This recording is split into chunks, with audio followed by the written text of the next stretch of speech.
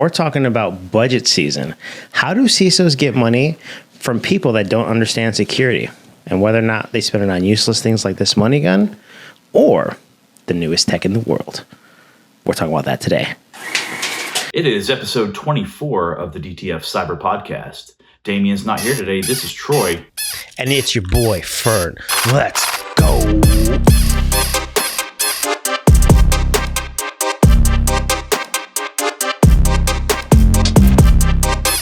Ladies and gentlemen, in the podcast studio today is the one legend that doesn't need an introduction, but I'm scared not to give her one. At American Express, she was known as an expert negotiator. When she called vendors, the only thing they could do was call for backup. Hackers heard that she was working, so they took a hiatus and got into woodworking. She doesn't do interviews. She only drops the mic. And we're here with her today. The one, the only Jean Shapiro. Say hi, Jean. Hi. Thanks for having me. Wow, that's quite an introduction. Perfect. You like that, huh? I did. I like that too. Took me all night to write those. I could tell.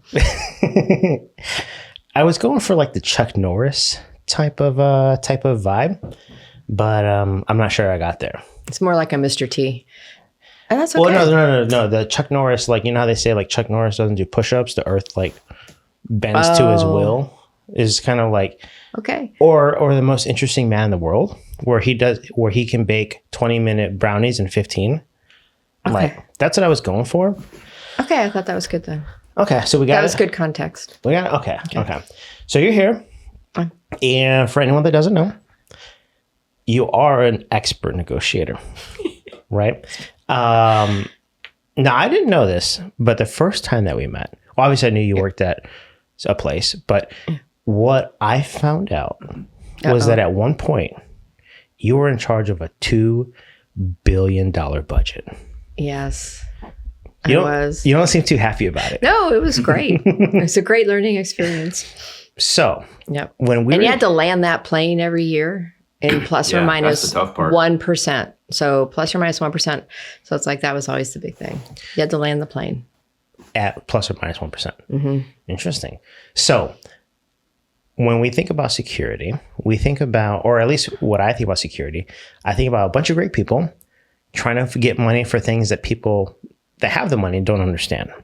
So that's why I thought, hey, we should have you here, because out of all the people I know, you might be the only person that's been in charge of that much of a bucket of money to spend.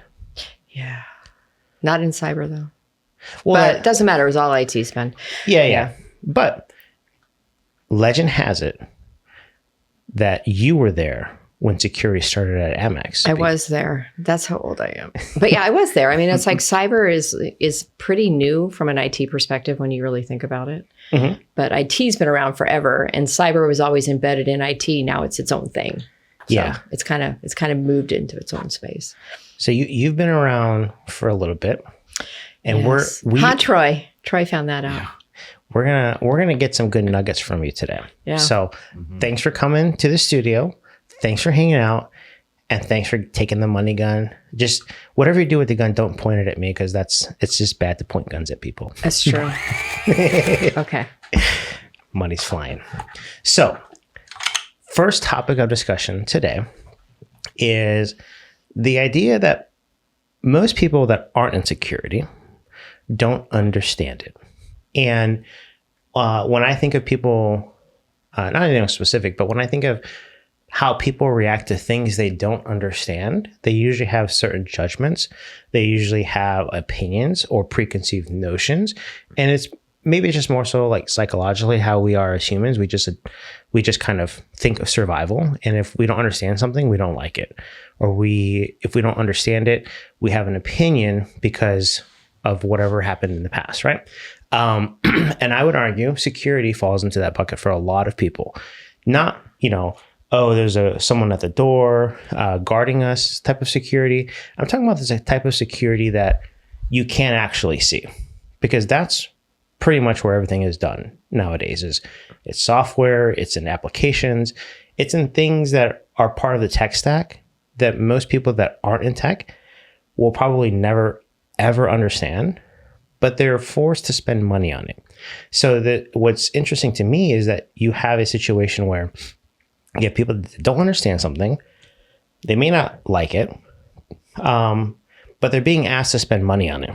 And it's coming from someone in the security department that says, hey, if you don't do these things, bad things are going to happen, right? So it's almost like not fear mongering, but to them, it might feel like, well, I don't understand that. I don't want to give you the money, right? But you're telling me bad things are going to happen if I don't do it. So it's almost like not like a hostile takeover, but it's definitely a weird dynamic for probably those people.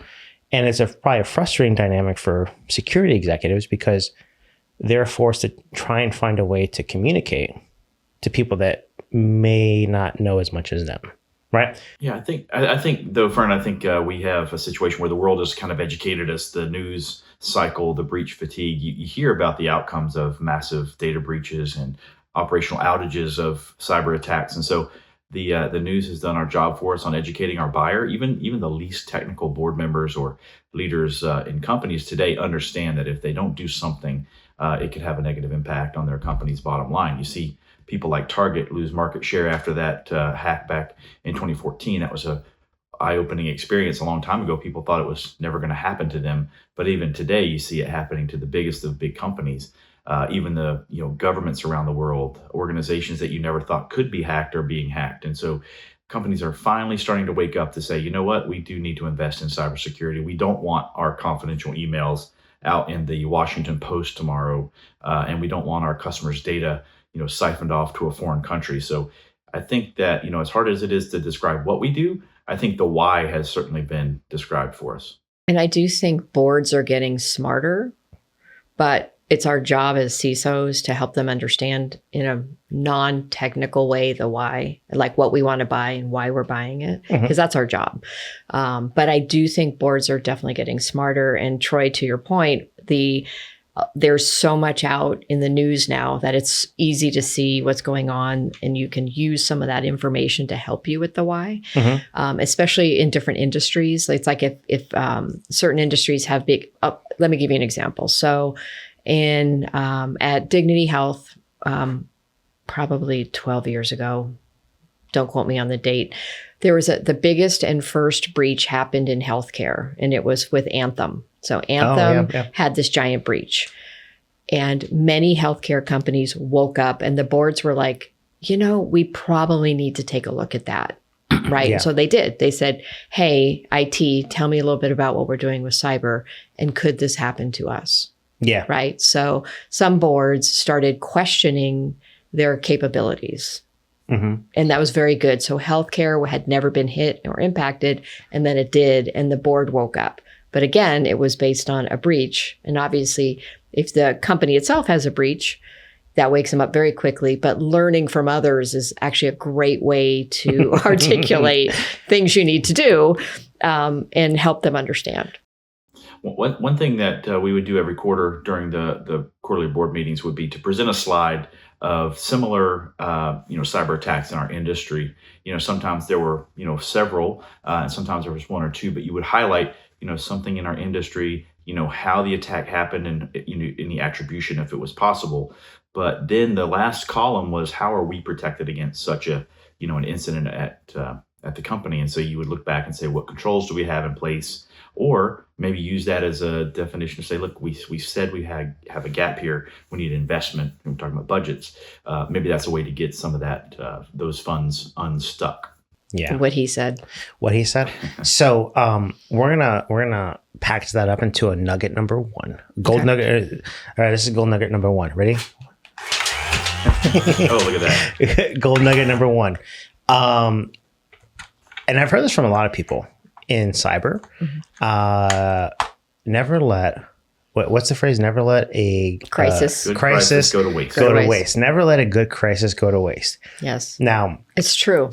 but tell me if I'm wrong here, but like to me that feels, I mean, it obviously makes sense. It's good, but like there's a loser in that situation. Yes. Right. Someone just got kicked while they were down, and everyone else is like, hey, like let's not get kicked, or like let's like little jabs, but you get money out of it. Right. So it's like someone has to fall on the sword, right, in order for others to kind of benefit. It's unfortunate, but it's true. Well, sometimes regulation comes out and then that becomes your crisis. Yeah. And so maybe there wasn't most of the time regulation comes out because something's happened, but yeah. Regulation comes out too.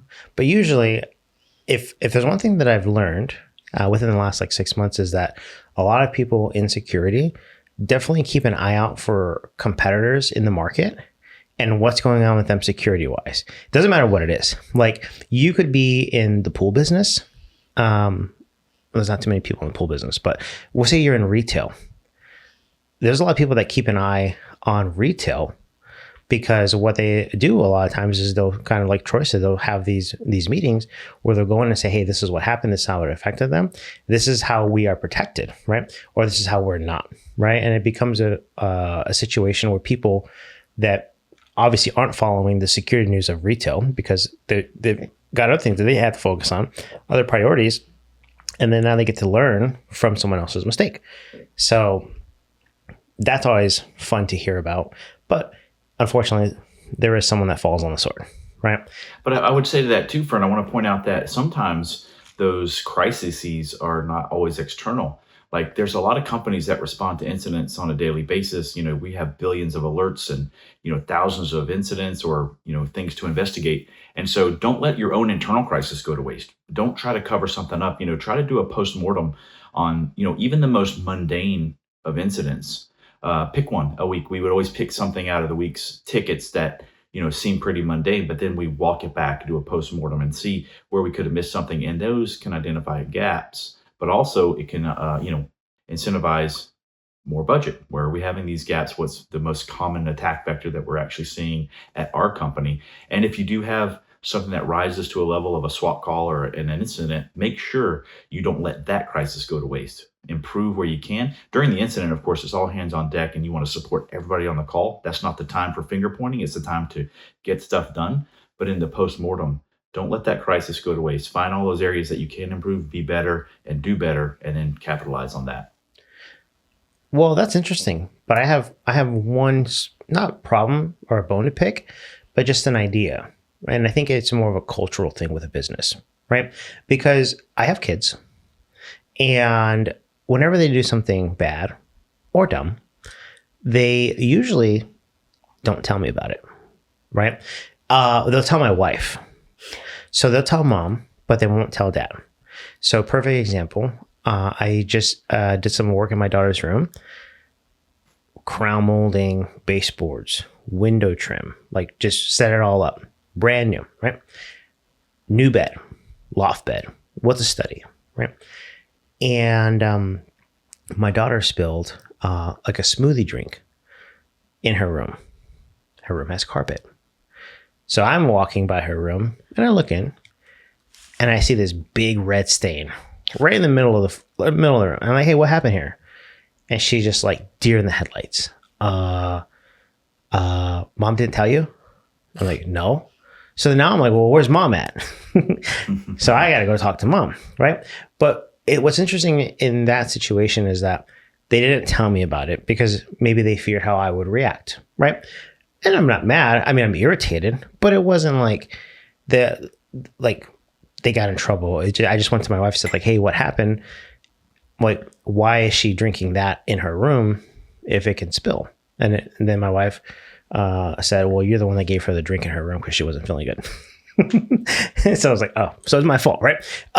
But if you translate that to business, and I think of certain organizations that I've heard of where they aren't as forgiving, they don't tolerate as much, and a lot of times they may pin the blame on people, right?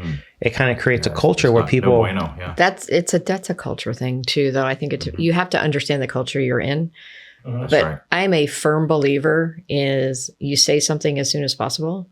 Nobody wants to be surprised. So it's like, I think people being surprised is worse than getting kicked for like something that happened. So it's like the surprise of something that potentially could have become bigger or became bigger and you didn't say something at the beginning is worse. So I'm a huge proponent of get it on the table as fast as possible.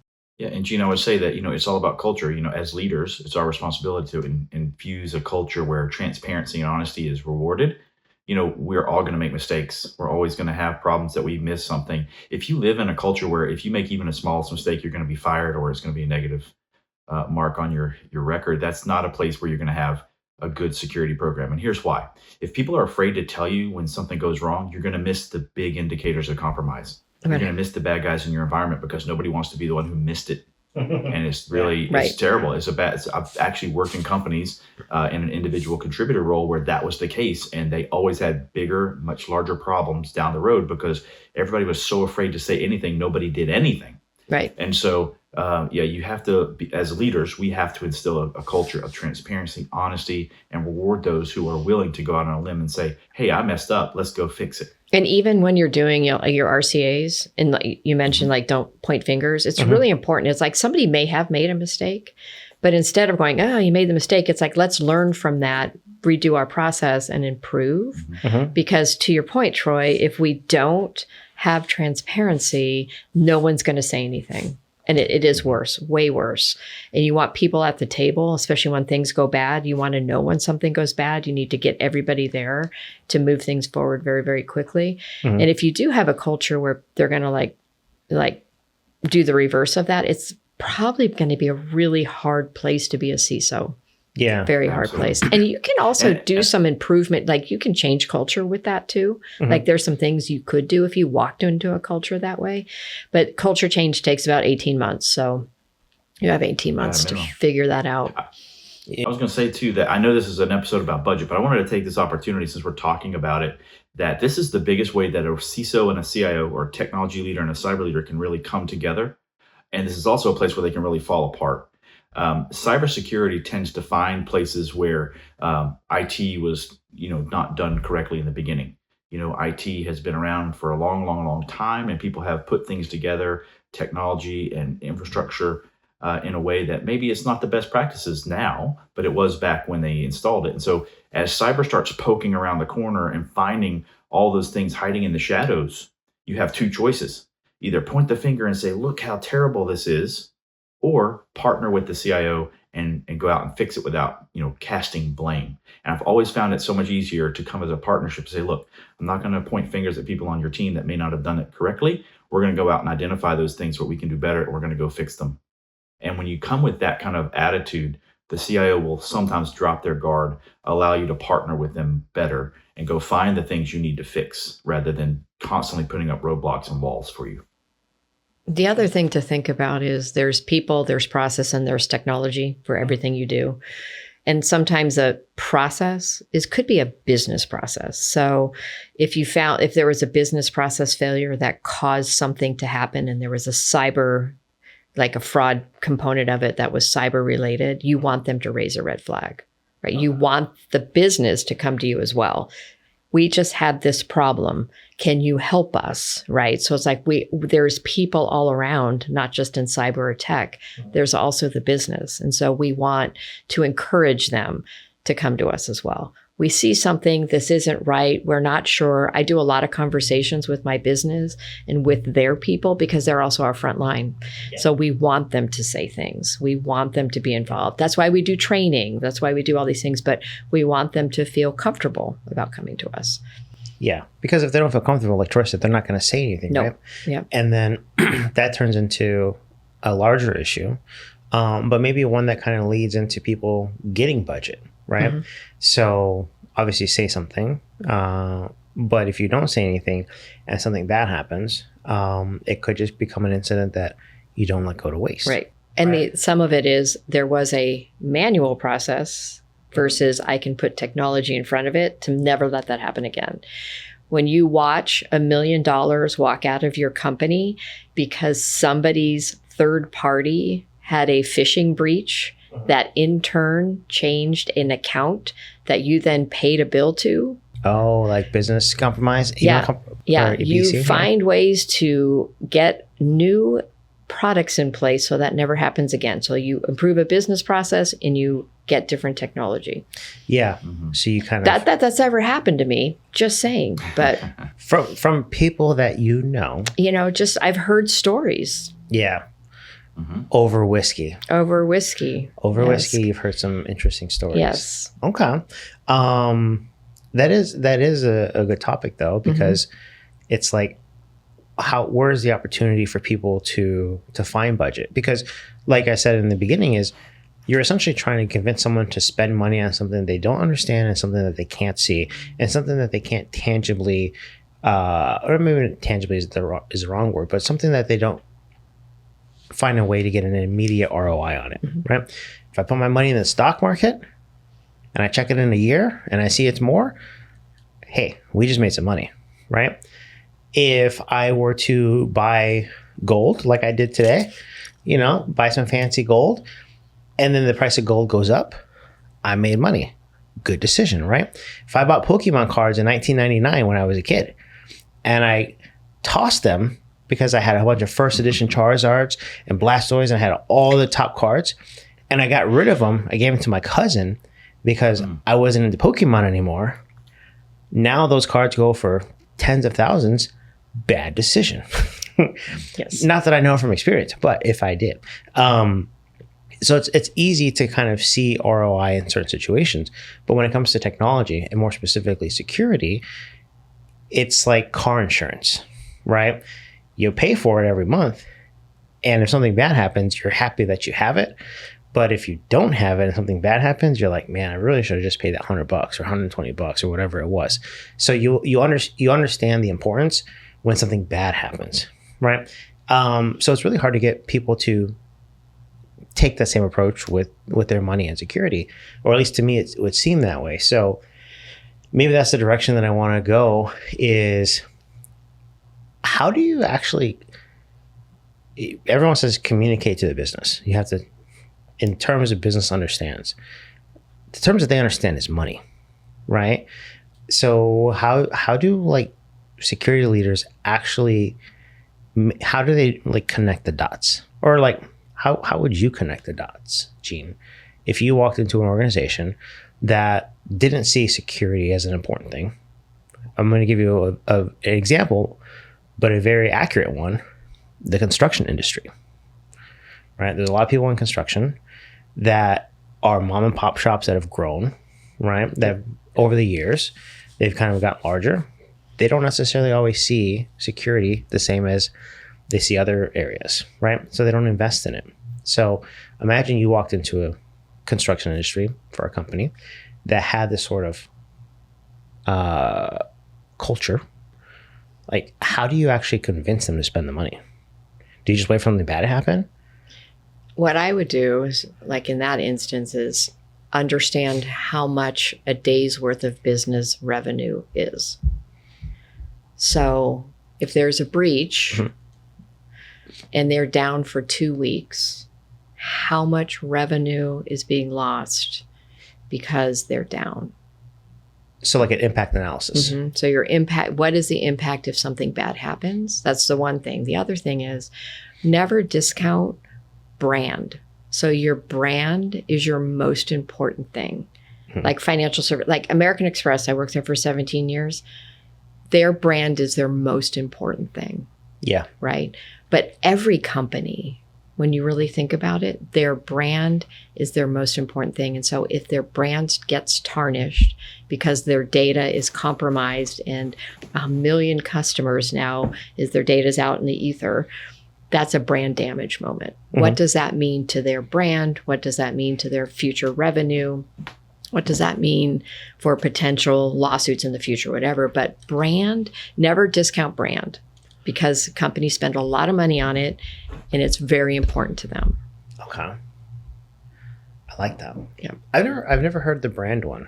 I mean, obviously I know it exists, but So if your brand enables you to do more business with other companies, to traverse business between parties, and your brand gets damaged, those other companies may not want to do business with you.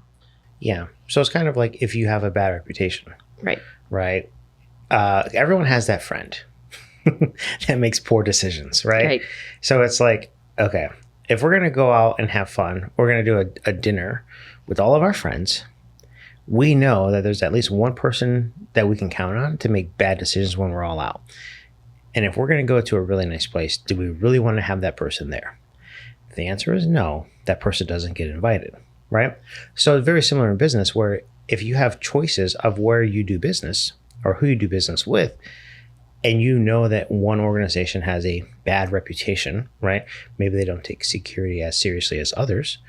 They may miss out on the opportunity to do business with someone else, right? Because then that turns into a third-party risk issue, right?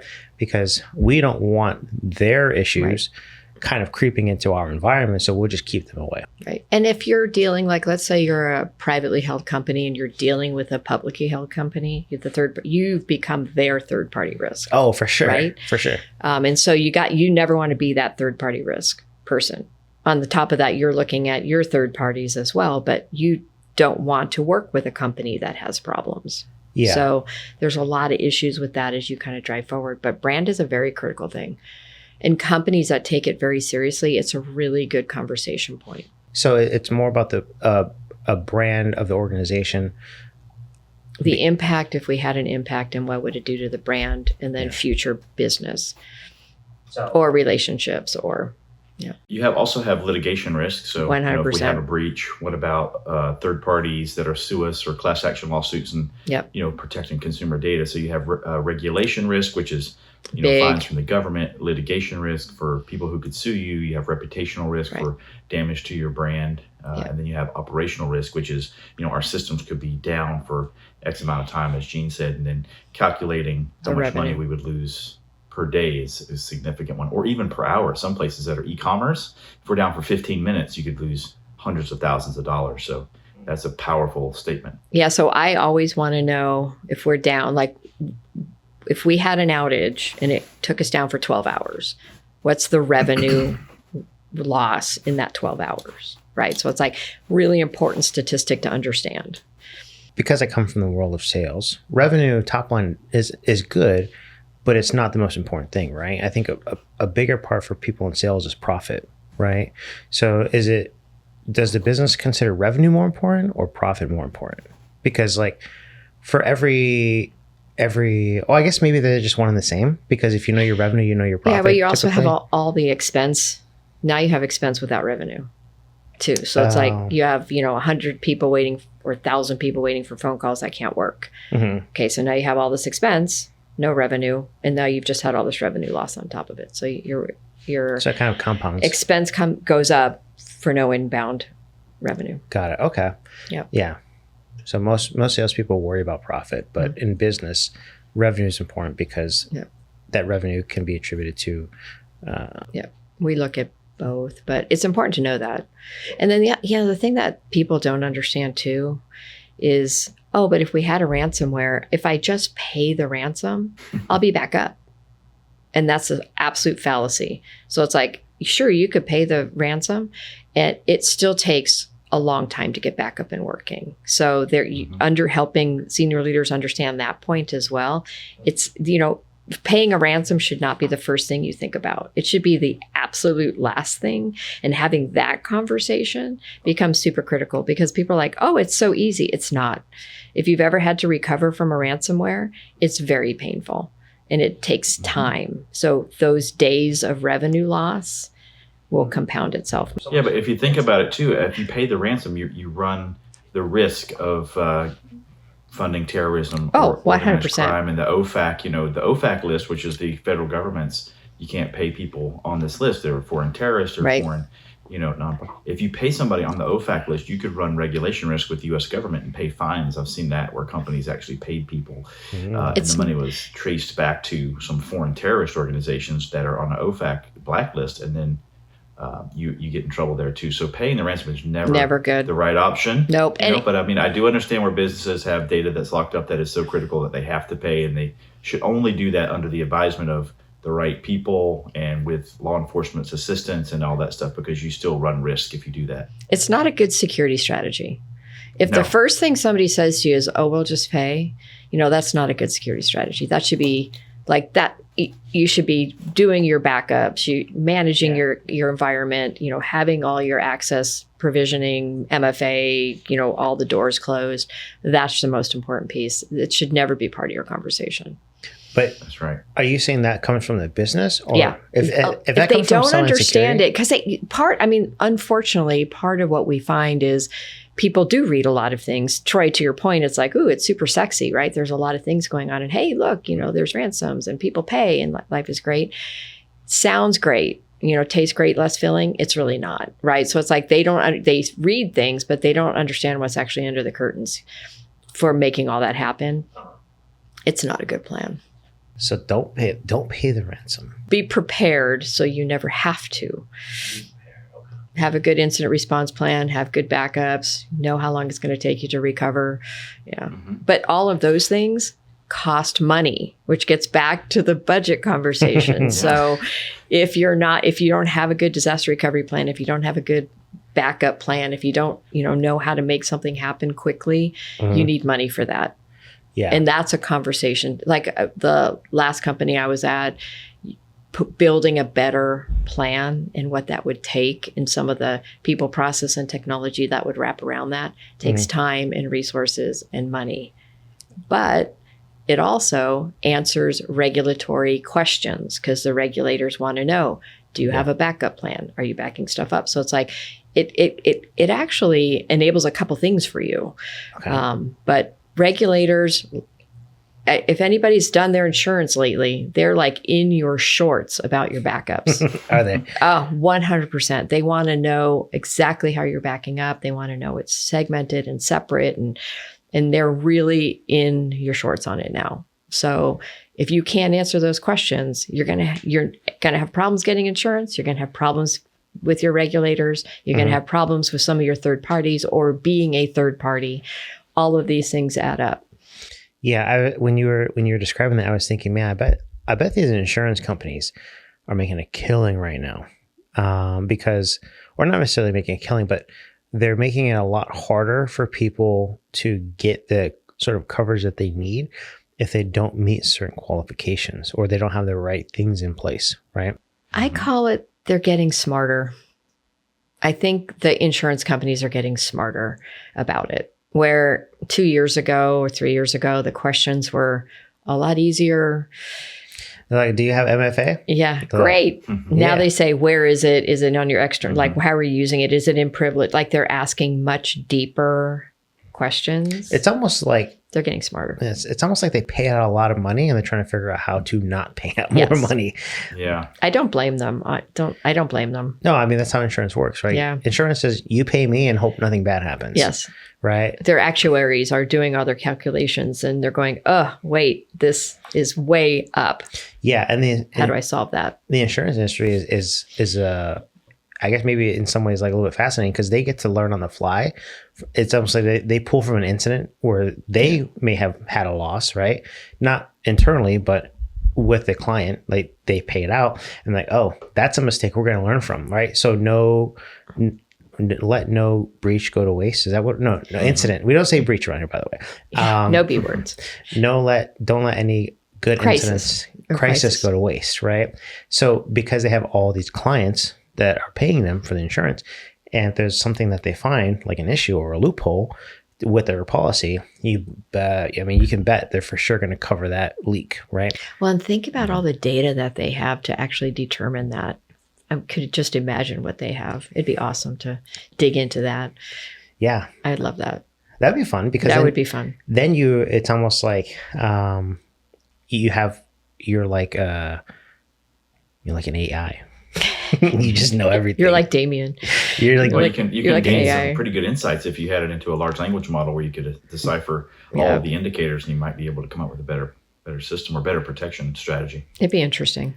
for sure. I love data.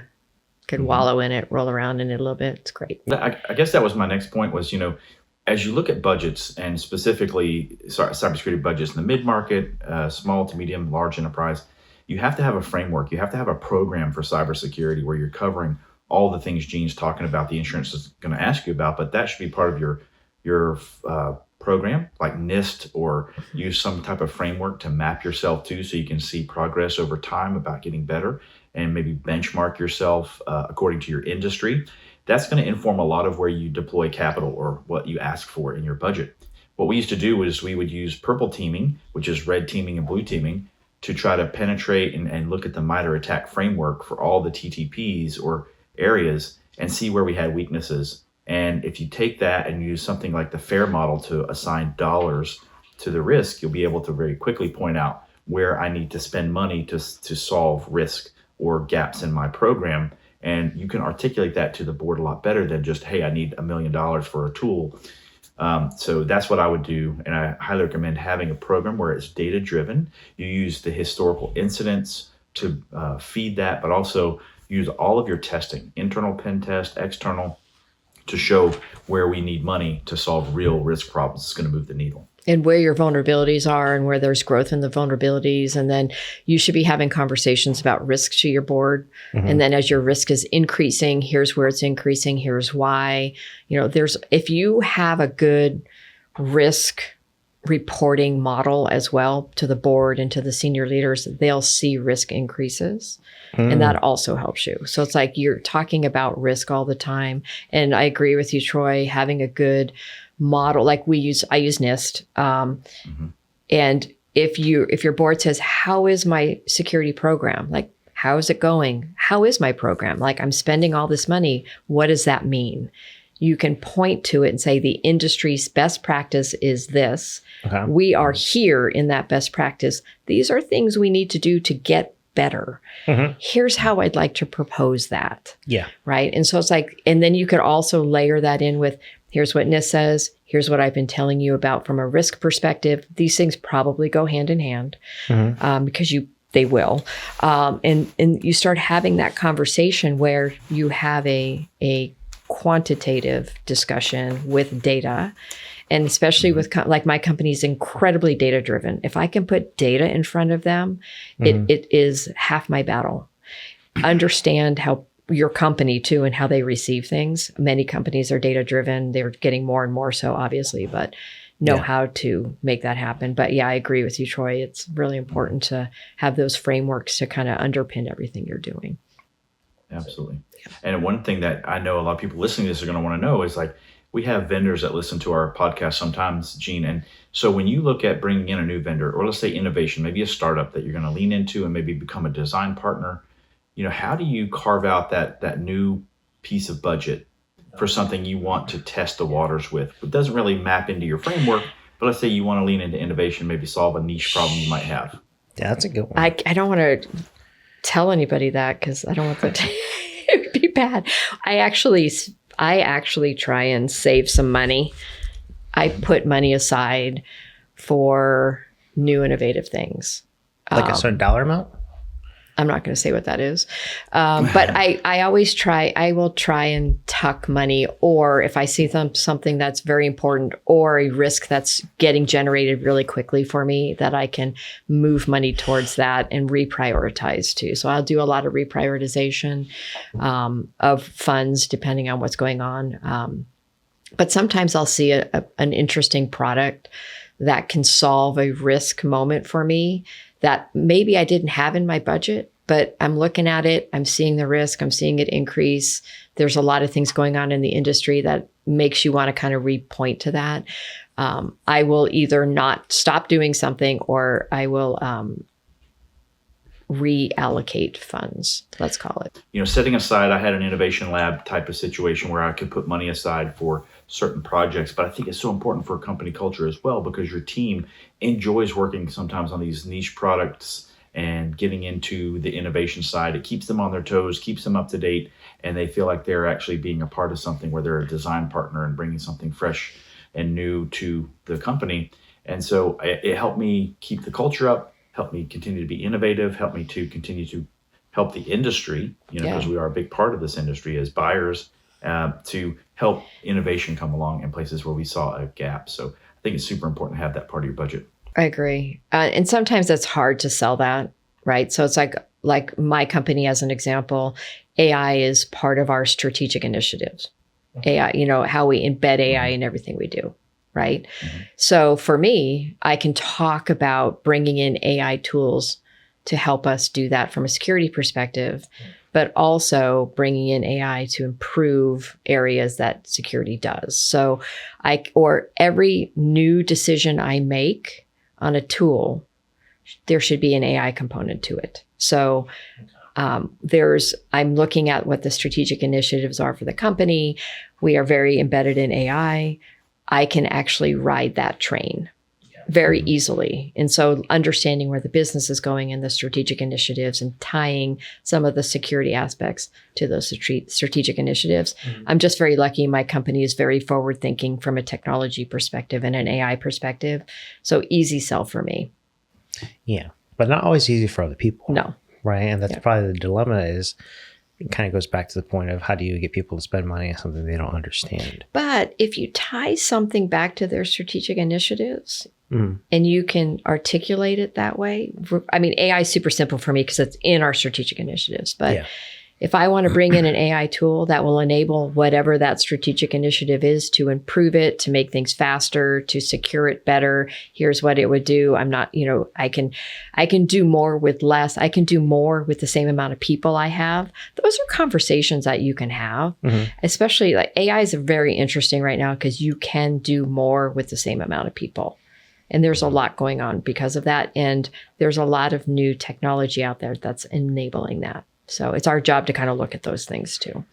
It's so interesting that you say that because as we get calls from salespeople, they're always asking, how do I rise above the noise? How do I get out of your inbox on a phone call? I think you just answered that, Jean, with, they need to take an interest in what's important to you to find out what your strategic initiatives are and how do they line up to it and be authentic and transparent. If there is a fit, definitely come to you and say, hey, we understand that this is a strategic initiative for your company and we can help you here, here, and here. Don't try to foot wedge your product into my strategic initiative just because you have AI on the box. Right.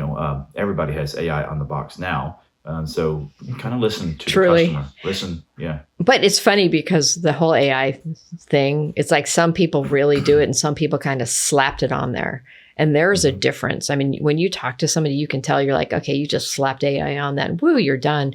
Where other companies that gracefully embedded or actually started at the base with AI. So there's a lot of things that come with that. But I agree with you. Sometimes I talk to vendors and you get their standard spiel and I just want to fall asleep. It's like, great, thanks for your standard spiel. You have no idea what my business does. You have no idea what my problems are. You have no idea how you can help me solve those problems. You just gave me your standard spiel. Do a little homework and it'll probably go a really long way. But many don't. Or you get on a phone call. Sorry, Troy. You get on a phone call and they want to know all about these things and you spend a half hour and then you leave and I'm just like, I feel like I did all the talking and I don't want to do all the talking. I want to learn. Yeah. It's like you basically spent the time explaining to them what your problems are. Right. And then now you have to have a follow-up call. Right. So they can go back to their technical team and say, hey, how can we help them? Yeah, exactly. Versus just showing up with, hey, we've worked with companies like yours. These are things that they've had issues with. This is how we solved it. Are these things that you're dealing with or something else? Right. Because then it's like, I'm arriving with options for you to understand that may be applicable or not. And if I give you 4 things and 2 of them are applicable and 2 of them aren't, that's a lot better because then now you have 2 paths to go down versus you explaining to me all of your problems. And then I have to go to someone else and say, hey, what can we do? I think what that really speaks to more so is just the process of the sales companies, because frankly, from experience, a lot of these companies that sell products or that have obviously everyone sells something, but a lot of times the salespeople don't understand how the product works, right? Technically, they don't understand how businesses use their product, right? They just know that they have something and that marketing says this. You don't see it as often in certain spaces, but you definitely see it in others where it's more so, hey, this is what we do. This is how we fix problems. That's all I know. Oh, you have a question? Let me grab the engineer, right? Let me grab the smart person to help you, right? That was my point, Fern, was I was on a call last week with a company. I was talking to a guy about their product. And as soon as I started asking tough technical questions, he couldn't answer them. So he didn't even understand his own product that well. How is he going to understand my problem and how his product fits my need? Right. That was my frustration. And I caution all companies, when you have people on the phone, they represent the entirety of your company. Yeah. I told this to a very large antivirus company that I know the leadership of, and I said, these people who are making these phone calls for you, they are representing George Kurtz or Tomer from SentinelOne. They're representing you in that chair. And if they look stupid and can't answer questions and they make your customers angry, that makes SentinelOne look bad or CrowdStrike look bad or all these other things. It resonates with the company.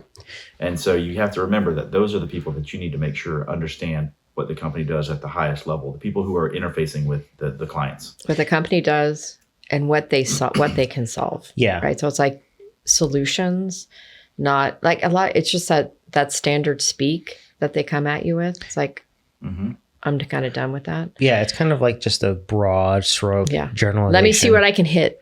Oh, good. Yeah, absolutely. Right. Like I'm going to spray all this stuff at you. Let me see what I can hit versus doing a little more homework at the beginning. Yeah. No, I'm a fintech And company. No, I do this. No, I do that. In other companies of your size, this is what I've seen. These are the problems you're facing. Don't waste my time. Gene, I was going to say that you are spot on. I really get frustrated when I join a call. You give 30 minutes of your time. You know how busy we are. You give 30 minutes of your time to somebody and they ask you questions the entire call. And I feel like, it really makes me feel like they are just asking me questions so they can turn those questions into how they can sell me their product. Right. Yeah. And it's so frustrating. It's so annoying that I will literally hang up on them and tell them I don't want to have a call with you anymore. And I've done that. And my team was like, whoa, you just hung up on that guy. And I'm like, absolutely. So my team gets frustrated with me sometimes because they'll bring a vendor to me and I'm talking to them and they start down that path. Tell me about your 3 top priorities. Tell me about your strategy. Tell me. And I'm like, I'm not going to have this conversation. I would love to hear more about your product. My team was very excited about it. Let's go there. And I literally had a debate with one of these sales guys one day and he got really frustrated. I can't help you if I don't know what your problems are. And I was like, I'm sorry you can't help me. I'm so sorry that you can't do your job. Yeah. Obviously, you're probably not the right company for me. But it was. Yeah. So to everybody listening who might be on the sales side, that is the most frustrating thing to a buyer. If you ask me what my top initiatives are or what keeps me up at night. Oh, that's a good one. You really are about to get hung up on. It's not effective. And it really is like nails on a chalkboard to folks like myself and Gene. So what keeps you up at night? I know. What keeps you up at night? My dog's barking. Yeah. They can't help me. So what you're describing to me, it feels more like when, like a specialist. So you know how when you go to the doctors, if you have a certain issue, you have to go to a specialist, right?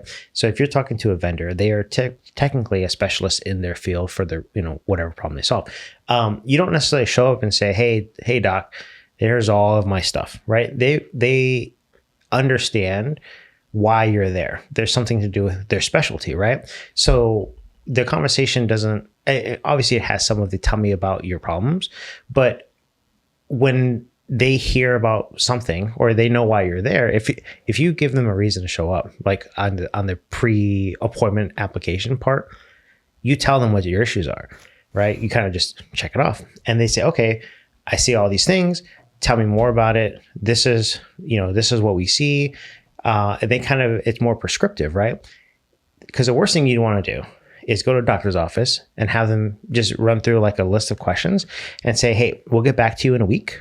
Right. We're going to schedule another appointment. It's going to cost you another copay. And right. Well, it's kind of interesting. If I'm on the phone with you, it's because I have a need. I guarantee it. I don't sit around and talk to vendors just for fun. Wait, that's not fun for you? No, but it's like I'm there because I heard about your product. I find it interesting. I've already looked at it. It's like my team's interested. Otherwise, I'm not going to be talking to you. So why would I waste my time on something I don't need? I don't think I'm going to need in the future. It doesn't meet my strategy. Why am I wasting my time? I'm not. So if they get you on the phone, If you're on the phone with me or Troy or any of us, there's probably a reason. Yeah. I'm not going to tell you that reason, but I'm interested in your product. Yeah. Tell me about it. Think about it like this, right? As a vendor, Yeah. right? You're asking somebody a very confidential question. It's almost like not having a security clearance and asking somebody for top secret information. This is the company's go-to-market, or it's their budget strategy, or it's their internal security strategy. Those are things we're not going to tell you. Why would we? That's OSINT. That's open source intelligence that we want to keep very, very private. And so when you start asking me about what my pain points are and what my initiatives are, like, I don't know you. You're not a part of my And many times we don't even have an NDA yet. It's like sometimes you don't even have an NDA. I guess maybe coming from the military background or State Department, that really just rubs me the wrong way. And people ask me for confidential or proprietary information, and I can't tell them. It's like, why would you ask me? Oh, here's the things I want to know. For vendors, like, okay, well, what do you want? I want to know who you are. Yeah. I want to know what you do. And I want to know how you've helped other people in my industry or other companies of my same size and stature. Right. And then I'll be able to discern if you have a fit here, if you don't have a fit, who you might need to talk to on my team, the engineering side, et cetera. Let me do the critical thinking here. That's not for you. And especially if there are CISOs out there giving away proprietary information, just remember these people are trying to get information from you. And if their notebook is hacked, an email hack, and all the notes about your company are in their email, hackers can take advantage of that. And that's another vulnerability that you have that you didn't know about. So protect your environment. I don't let people record my phone calls when we're on sales calls. I don't let them use AI tools when I'm on there. Mm-hmm. Oh, you tell I them? look for it. Oh, yeah. And I tell them, if you're using any of these things, we need to turn them off. Oh, yeah. That makes it hard for people that don't know how to pay attention. There you go. That's a fleeting skill, isn't it? I know. With all the AI stuff, people just record every meeting so they don't have to take notes. Well, no, I want a personal touch. I want you to remember what I said and not have to go look it up. I like just showing up. I like spending $20 a month for some of these softwares and just like showing up, be like, all right, I'll let my AI tell you what's next. It's interesting. That is. I guess I never really thought that would be an issue, but I can see that. I've been on a few phone calls where people say, "Hey, like, don't record this." Well, especially if we haven't gone down the NDA path yet, you never know. And sometimes, you may have a junior person on the call. They may say something that you didn't want them to say, but they didn't know, right? So I try to be very cautious of that. But let's be honest, the salespeople don't read the NDA. I know, but at least I know I'm covered if something happens and they take my data and use it. I'm covered. Okay. That's the part. But I'm sure there's plenty of conversations that have happened between salespeople where there was an NDA in place and people said stuff that they probably shouldn't have. But it was among friends, or it was internal, right? Why do you think they take us to drink? Yeah, because they want you to talk. Yeah, they want us to talk. They want you to talk. Why do you think I drink club soda? No, I'm just kidding. No. Yeah, Jean gets after it. I don't think I've ever seen you at an event where you were kind of crawling out. No, it's not normal. No. And you're usually the first one to go home, right? Whenever we've been out at like a dinner or something. Well, you guys go to like the after party. Yeah, we do the after parties. But usually, so here's the funny thing, Troy, is every time we go out and Jean's there, I'm the one that's always trying to convince her to go to the next event. Oh, yeah. The after party. Well, I would say to those listening, if the DTF Cyber Podcast likes to get together in Vegas and Arizona, if you guys want to sponsor a dinner, we can bring some good security leaders together. And if you just want to grab a drink with us, definitely do that. We love to network and bring people together in the community, and that's one way we do it. So happy to. We learn a lot from each other.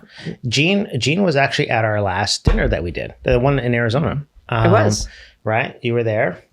You met those guys. You had fun. I think we had like 20 CISOs there.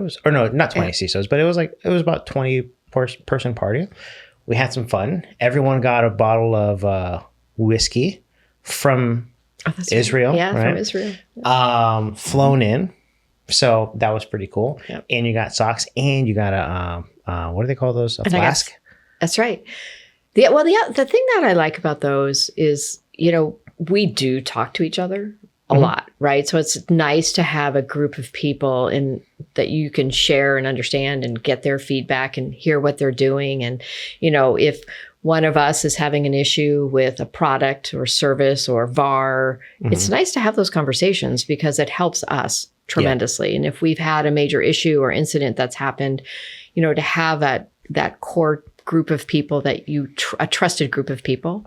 And we do have those conversations, which is awesome. So I like to be able to, grab somebody and say, hey, I'm looking at this product. What do you think? Yeah. Have you used it? I understand you implemented it. How'd it go? And like, if you hear hey, it was great at the beginning and then they kind of walked away. It's good to know that because do I want to spend my money on something where the vendor's going to walk away because the sale was done, sounded great at the beginning, and I learned from my peers. Yeah.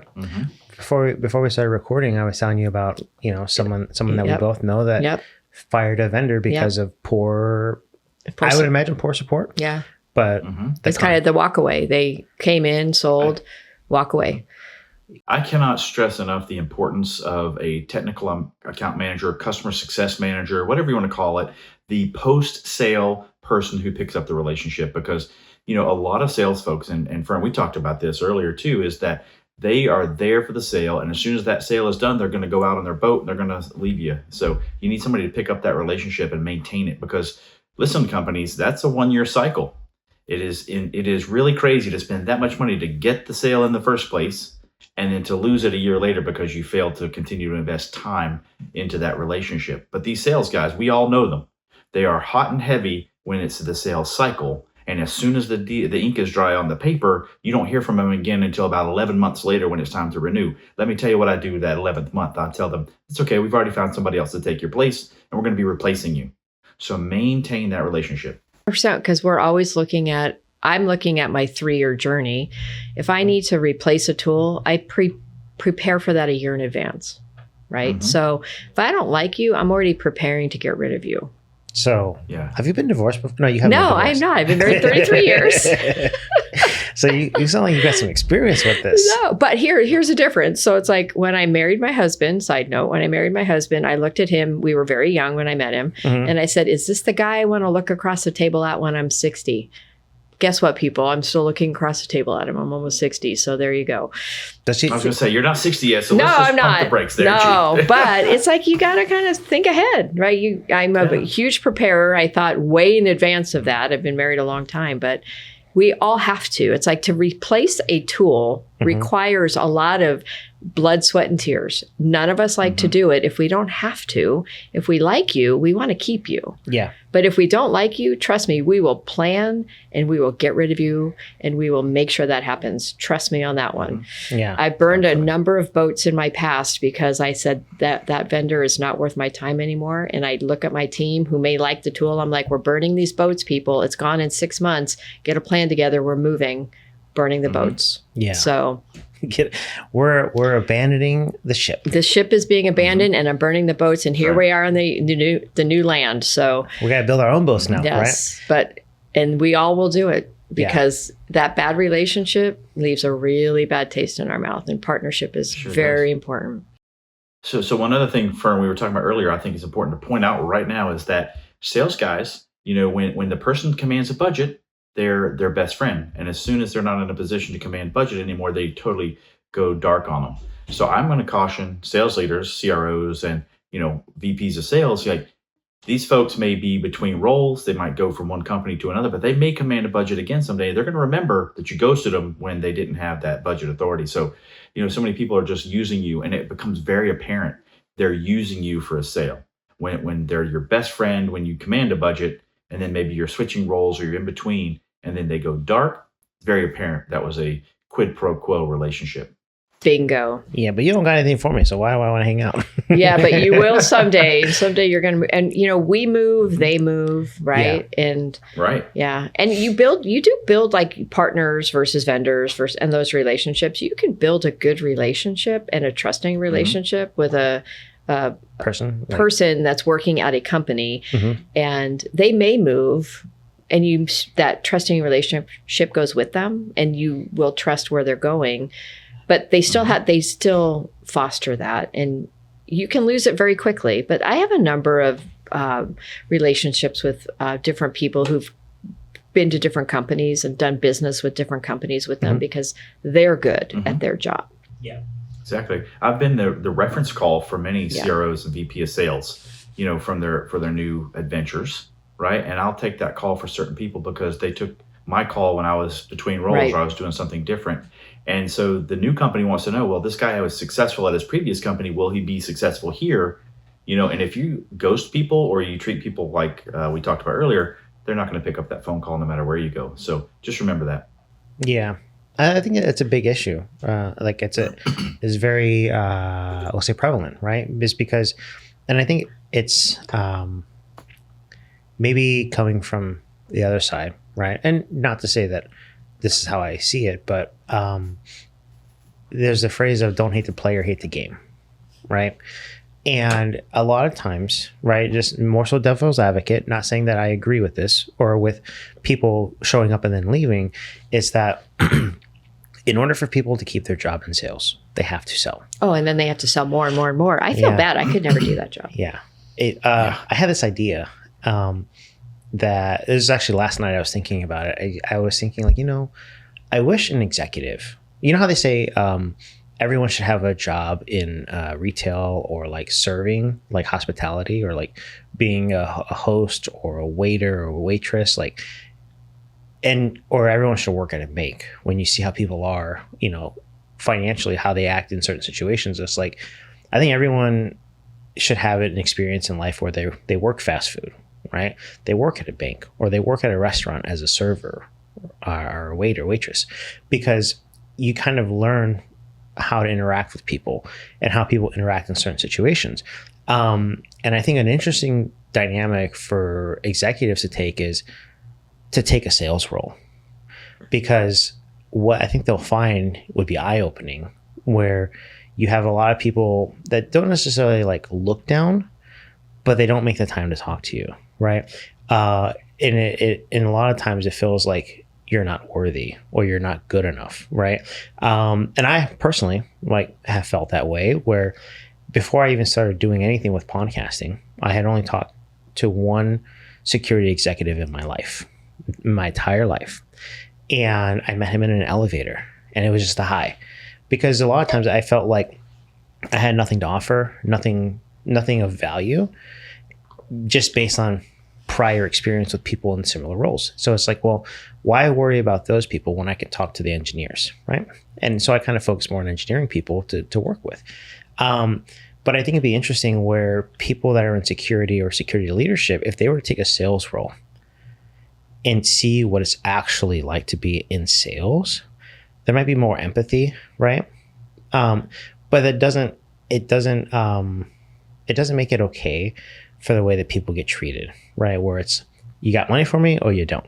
And if you don't, I can't talk. But the dynamic is from the business world of sales is that people in sales typically, if they're at a manufacturer, don't get paid on a renewal, right? A lot of people don't know that. Okay. And that's why they always have a renewal specialist and they have the AE. So a lot of times the way that this works for people is at a manufacturer, not at a reseller. Resellers are different. At a manufacturer, a lot of times they have their core rep that sells the core set of products and they get compensated on those things, right? And then once a customer buys, their job is to sell more of different, or land and expand is the phrase, right? Now, whatever they own as far as the customer owns, there is a separate person typically that handles a renewal of that. And their whole job is to get them to renew 100%. And they get reviewed on how much of what customers spend on their contract value is renewed. And it's looked at, a key metric is if they had $100,000 on the renewal and they renewed $100,000, good job. If they had $100,000 and they renewed $50,000, bad job, right? So those people are compensated differently, right? Whereas the people that sold it typically don't even see any sort of money from the renewal. And that's what builds the dynamic of, well, why renew when you can upgrade, right? You get that conversation a lot. It's like, hey, so we have this new product, right? Obviously, we're a public company in most cases on the manufacturer side. Our board wants us to sell this new AI tool. So how can I get you to buy my AI and not renew? So then there's this internal conflict where people are like, hey, this is my livelihood because it's a renewal that I have to have 100% renewed. And you have someone else saying, well, I don't really care because I get paid on this, right? And I know the customer better than you. And then they end up saying, well, how do we sell you this? And they try and sell you more and more and more. It's not because it's like the best product in the world. It's because they don't get paid on what you've already bought. So the incentive is to not renew and upgrade, right? So that's where you find a lot of times where people will kind of act certain ways, but it's not okay just to like treat someone whenever they have money to spend and say, hey, like we should go out to the bar. Hey, let's go out to dinner. And then the minute the ink is dry, like Troy said, they just disappear. Because if there's nothing else they can sell you, like the reality is, as much as it sucks, there's nothing for them to benefit, nothing to gain. I think it's a flawed model, really, because as the buyer, as a CISO, we have a program we're trying to mature. We have gaps in security that we're trying to fill. We have, retention problems with our staff. We have culture building challenges, and so I actually had a sales guy on a call one time try to go into this detail with me. And I really had to stop and say, look, I don't care about how your mechanism works. Does your product fit a need that I have? Am I going to need it for, this or that? And will it fit with my team? Do they like it? I don't care about your sales motion. I don't care about what, how you get paid, as an example. And sales guys who try to bring that up in the conversation are actually approaching it from a very wrong perspective. And I mean, you have to align your product or service with the needs of the customer and then make sure that they're supported across the entirety of that relationship. It's the only way to be successful as a vendor. Everything else is nuance and process on the sales side that the buyer just doesn't need to be a part of, I think. Jean, what are your thoughts? Agree. I hate drama. I don't want to know about your drama. I have enough drama of my own. So yeah, that needs to be under the curtain over there. And we move forward with how and what we need from a business perspective. But yeah, I agree with you, Troy. I've had that happen as well. It's awkward, very awkward. I don't like that. I don't like awkward. No. We have so much stuff going on. I don't need to deal with your shit too. Sorry. It's so funny. I will never forget this. I was in the Sam's Club parking lot. Shannon was driving my wife, and a vendor called. He was trying to explain to me why I needed to sign something on a certain timeline because of his sales, this, that, and the other. And I was like, I'm sorry. I don't think you understand the fact that my timeline does not align with your needs. And so I hung up on him right there, and my wife just laughed uncontrollably because, it's so funny that people think that, we're going to move the company, to pay them in a certain time frame or sign a deal early because it's going to benefit their sales cycle. That is not at all the point. We needed that product to solve a specific cybersecurity need. And it has to go through the processes of, deliberation, due diligence, procurement. I'm not going to rush that just so that you can get an extra, part of your bonus because it's year end. That's so silly for them to bring that up as a lever. But yeah. I always know when their year end is and their quarter close, and I always know when those are because there's much more panic around those times for them. Yeah. So you got to know it. So it's like I always know it because you want to know where their panic is going to happen. Yeah. You can take advantage of and it. You can use that to your advantage. I was going to say, you can take advantage of it. You can use that to your advantage. But at the same time, we were early on in a decision-making process for this particular tool. And this guy was trying to rush me to sign a contract because he would get paid at his year end, some extra bonus or something like that. I was like, you totally misunderstand what we're doing here. Right. And we almost did not sign with that company because of it. But I called, the leadership over there. I said, I need another salesperson. If this guy calls me one more time, I'm not doing business with your company. And you know what? Never talked to him again after that phone call in Sam's Club parking lot that I will never forget. Well, I had this really interesting thing happen to me where we were looking at two products, of course, and we were making a decision. And one of the companies came back and we had decided on the other company. And we let them know. We said, here's why, blah, blah, blah. Better price. Better. It was not always. Not always. But yes, I mean, the price is good. So they came back and they took they went outside of the VAR relationship. So we had a VAR in front of it. They went outside of the VAR relationship, which was interesting. And they put a dollar figure on the table that was half as much as what was originally proposed. Did they offer it direct? Yes. And so I was like, okay. So I was like, this is really interesting. I don't want to invoke drama from this, but this is what this is telling me. This company is either having an equity moment right now and they don't have enough customers on their books. They're trying, like something's happening financially for this company. Don't know what it is, but they need book of business to prove something. Yeah. Okay. Like leverage. Yeah.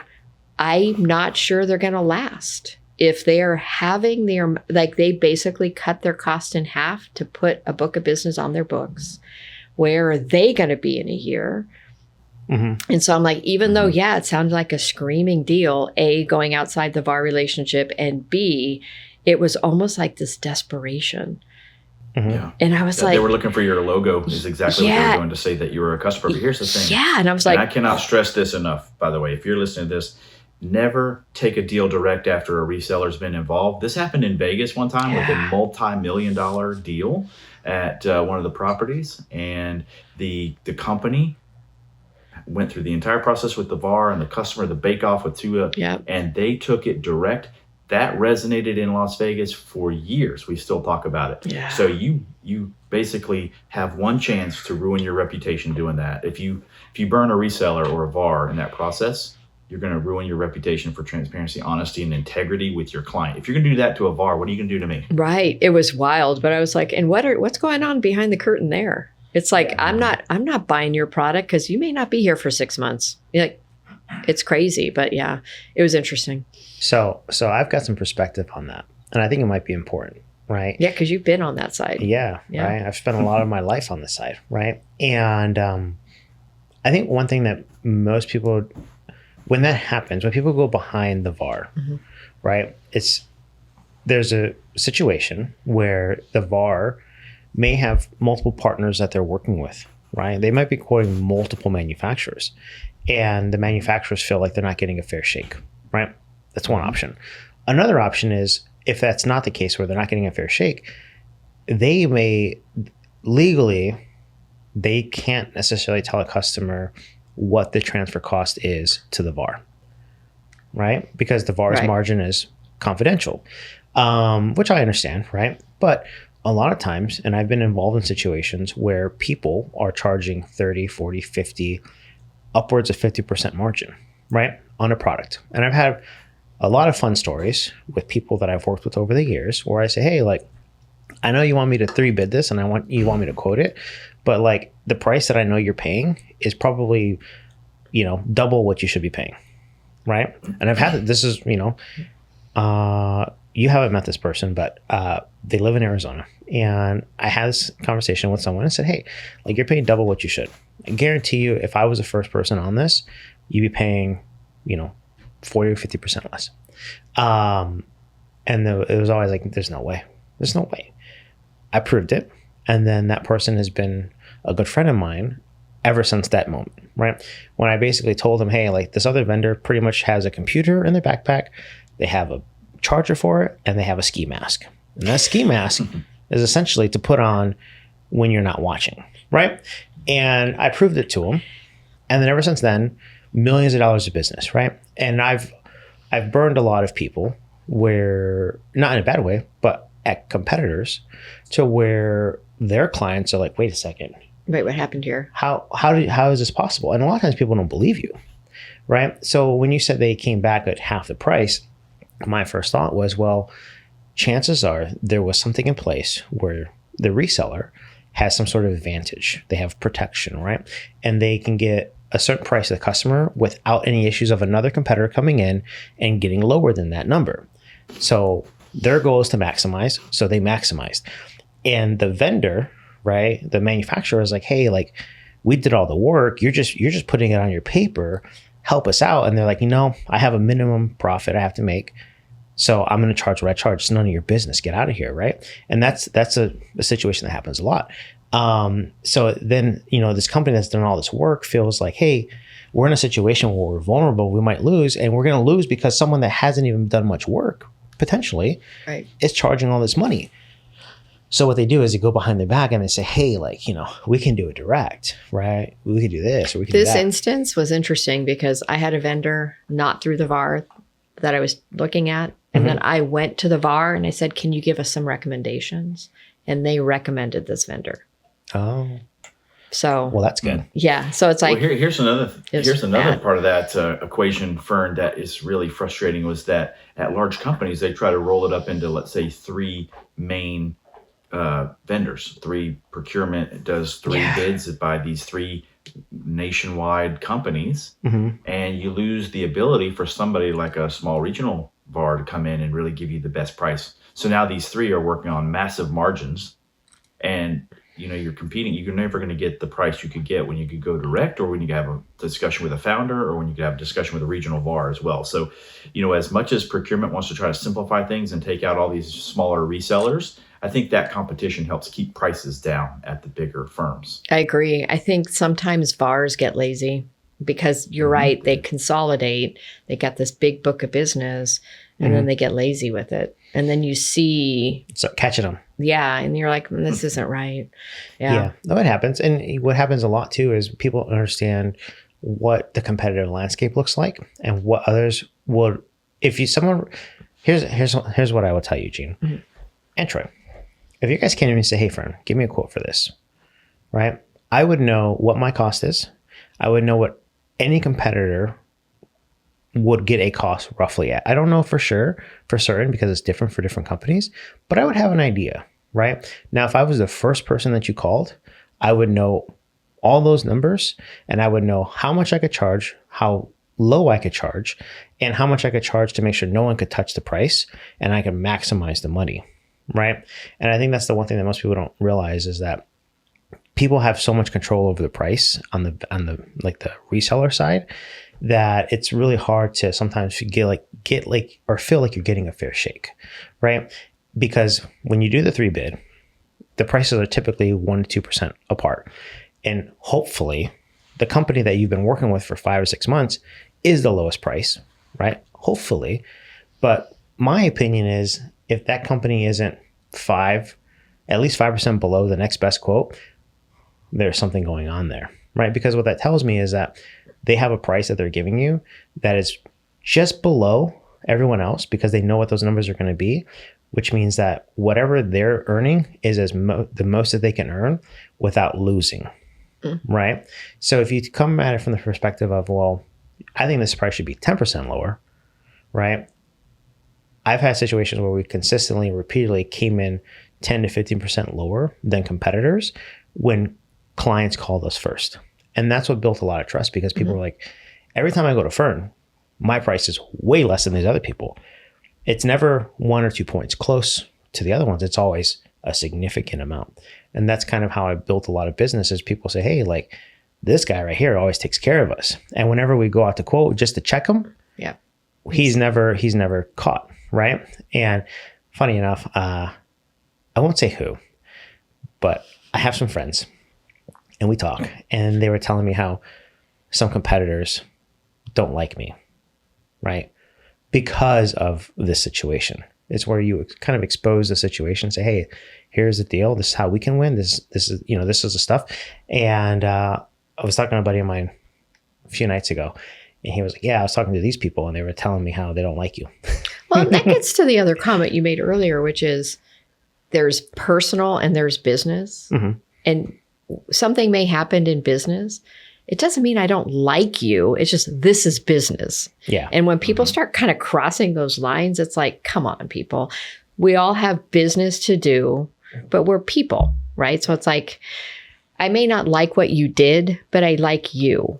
Are you telling me that person? No, yes, of course. But no, it's like, so it's funny when people kind of like ram it in to say, I hate him, because it's the reality of it is it's business, right? Yeah. So it's like, this is business. I'm not doing business with you. You're a nice person, but this is business. Yeah. I've had it happen where people say it's just business, and it's like, you just screwed me out of a bunch of money. Yeah, that seemed very personal for a business. Not my problem. It's business. It's just, But hey, Fern, I know we're about to run out of time. So any closing thoughts on your side? oh, I wasn't even keeping track of time. We are getting pretty late. Can't see him. No, I think we covered a lot today, and hopefully a lot of good things. We talked about budgeting, getting money for budget, how people do it, how they associate business impact, outcomes, and essentially downtime to revenue and lost revenue. We talked about negotiating. We talked about buying things. We talked about the relationship between vendors and clients, and good practice, bad practice. I think we covered a lot of stuff. Nothing specific that I had in mind that we should cover more, but I would say we're good. Jean? Oh, actually, no, we'll go with Troy, and then we'll have Jean close us out. Oh, good. Yeah, we could talk about this for days because I love this subject. I think, first of all, we talked about building a culture of transparency so that you get the right outcomes internally. Building your program based on nationally recognized frameworks so that you can use data-driven decisions to, justify your spend, and then have those good relationships with your vendors. We want to buy from who we trust, not just off the rack. So if you're a vendor, make sure you build the trust. And if you're a CISO or a security leader, make sure you're buying from people that you trust are going to be there for you years down the road. So thanks again for a great conversation. And Jean, thank you for joining us. Always a pleasure. Yes, thank you. Give us your closing words. Oh, well, I agree with everything Troy said. And I feel like one of the biggest things as a CISO is to recognize your business and talk your business. Talk to your business like their business. So make sure, and when I mentioned brand, understanding the importance of their brand and how we support their brand and how security supports brand is a super critical piece to what we do. But how we measures and metrics, how we look at what we're doing from a risk perspective, help drive some of those money conversations that need to happen, and they always happen. And I'm going to point back to your previous podcast from last week, which is, as a CISO, know your numbers. So it's like you got to know your numbers, and that's a big part of our job. So it's like we may be technical, but you got to know your budgets, you got to know your numbers, you got to know how to drive results, you got to be able to communicate to your board in a way that you can get some of those dollars back. So it's all good. It's a rotating line of stuff we do. The life of a CISO. The life of a CISO. It's like the business side of a CISO is very different than the technology side of a CISO. You got to know both. And the personal side? And the personal side. Black coffee, no sugar. No sugar. No creamer. That's right. Just 100% soulless. That's like my black like my soul. Absolutely. And with that, we'll see you next week.